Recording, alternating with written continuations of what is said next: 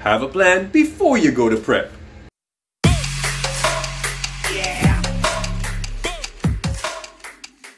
Back to The Angry Teacher. I'm Richard Williams, The Angry Teacher, and today I'm going to teach you how to maximize your prep time. Hang around, we're going to learn today. Well, like in my district, things change all the time. But number one, know what's expected of you. Go with the admin, the state, the district. What do they want you to teach this year? Pacing guides. They usually provide those for you. They let you know that at this point of the year, this is what you're doing, this is what you're teaching. And sometimes they even dictate how you teach it. Now, I'm not a fan of most of that stuff because it limits a teacher's autonomy and creativity. But if you have to abide by them, then hey, go for it. But when you do, you just know what the expectations are so you can live up to them. And so you can meet these standards so you can get a good evaluation and so your kids can be the better of the situation. But with that said, when you go into your prep time, allow yourself to peruse all the documents you need, all the standards you need to go over, all the expectations of the different bodies of your leadership, if you will, from the state and the district. For the most part, those are already posted. Especially if you're not a new teacher, you already kind of know what those things are. But if you're a new teacher, those things are provided for you. If not the school website, there's someone in your building who can provide it for you. And then break it down. Your administration, some administrators let you do what you need to do to teach, and that's the greatest set of administrators to work with. The others, their hands are tied, so they kind of tell you what you need to teach. Whatever the case is, that's when your year begins, that's when your planning begins. So that's number one, know what's expected of you and go with it, okay? Number two, have a plan before you go into your prep time. Whether you're prepping with other teachers or prepping by yourself, kind of have a mental, not just a mental plan, write it down. Have something written so you know what the expectations are, and then you know how you plan to carry it out. Because once you've written it down, it's easier to navigate and get it done than to have bits and pieces of ideas in your head and it doesn't go anywhere, okay? All right, so that's number two. Have a plan before you go to prep. By all means, don't forget to like, comment, subscribe, and ring the notification bell for the next Angry Teacher video because it will be dope, guys. You know this. Number three, be prepared. Have your materials at hand. Everything's ready to go. Your pacing guides, the textbooks that you're using, the questions that you need to have, you're going to ask for that particular unit. Technological aspect of the lesson. All these things, get them together because in your head, and like I said for number two, that you need to have an idea of what you do or what you want to do before you do it. Like write it down. Have your materials there so that while you're planning with your partner, if you have to, if you're planning with your grade level partners, or you're planning by yourself, if everything is in place, you don't have to worry about getting up and opening up new documents and going all over the place. Everything is there, so you can just reach and kind of peruse. Yes, I want to do this question, doesn't work anymore, this one works, let me try that one, and have everything at hand and ready to go.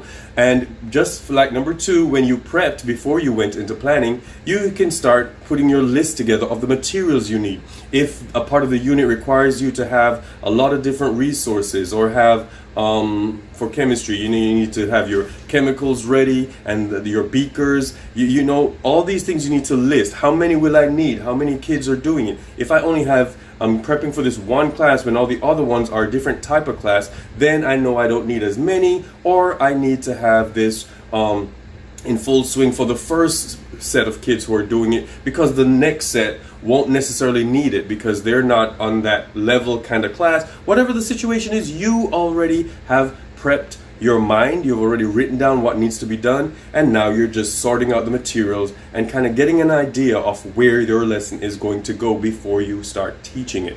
All right, so that's number 3. Number 4, and this is going to be a little bit maybe controversial to some, especially if there are administrators, but I'm sure they understand since most administrators have been in your position before.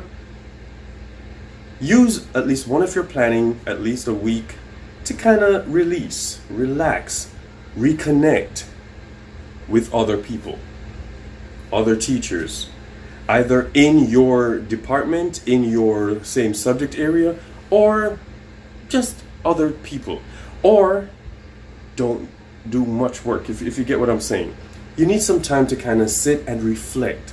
What's going on? Did they learn the last time we did all this? Maybe I should revisit that a different way. Or maybe I should revisit and do it again because they're still not getting it. These are things that sometimes we keep going and we're going and we're going, and I do this sometimes too, and it's not necessarily a good thing all the time. Sometimes we're going, but are they getting? You know, we have to make sure that we know that they're getting what we're teaching, or else it's all for naught. So we've got to sometimes relax, take a step back, look and see the big picture. I wanted them to learn how to compute this by the end of the unit. However, somewhere in the middle, they're still not getting it. Let me backtrack, let me pause for a minute, go back and see what's going on.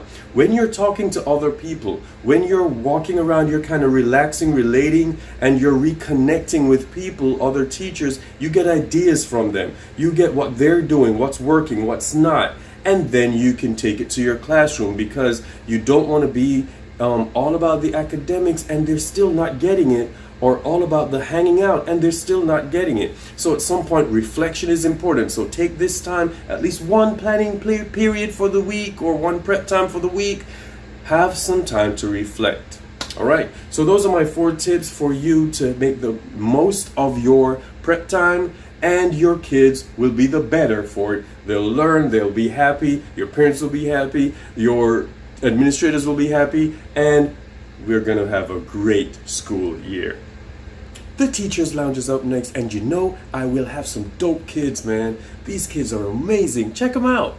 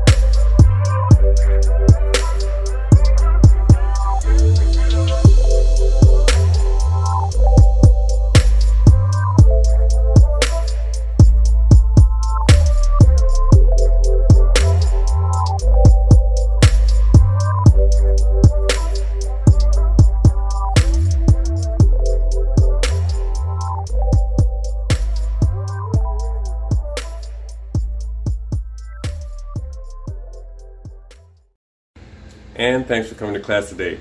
I hope you learned something. In any case, go out there and be great. Hey, let's go out there and teach.